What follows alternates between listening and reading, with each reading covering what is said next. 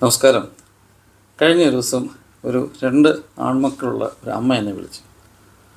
ആ അമ്മ പറഞ്ഞത് അമ്മയുടെ 2 മക്കളും ഭയങ്കര സ്നേഹമുള്ള മക്കളാണ്. ഭർത്താവ് കുറേ വർഷങ്ങൾക്ക് മുമ്പ് മരിച്ചുപോയി.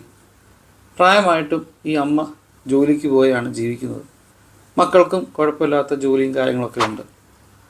മൂത്ത മകൻ കല്യാണം കഴിച്ചു.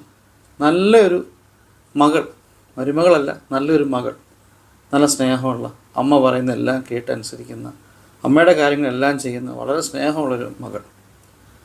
അങ്ങനെ ആ മകൾ തന്നെ മുൻകൈ എടുത്ത് രണ്ടാമത്തെ മകന് വേണ്ടിയിട്ട് അവരുടെ തന്നെ ഒരു ബന്ധത്തിലുള്ള അവർക്കറിയാവുന്ന ഒരു പെൺകുട്ടിയുടെ ഒരു ആലോചന കൊണ്ടുവന്നു.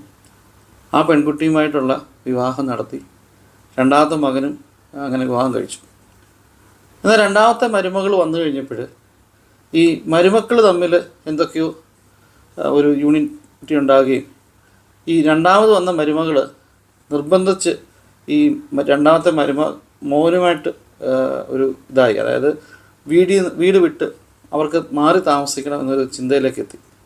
എന്നാൽ ഈ ഒരു അഭിപ്രായം വന്നപ്പോൾ തന്നെ മൂത്ത മകനും മൂത്ത മരുമകളും ആ വീട്ടിൽ നിന്ന് മാറിപ്പോയി. അവർ വേറെ താമസിച്ചു. സാധാരണ ഒരു ക്രിസ്ത്യൻ കുടുംബമാണ്. അപ്പോൾ ആ കുടുംബ പശ്ചാത്തലത്തിൽ സാധാരണ മൂത്ത മകൻ മാറി താമസിക്കുന്ന ഒരു പൊതുവെയുള്ളൊരു കാര്യമായത് കാരണം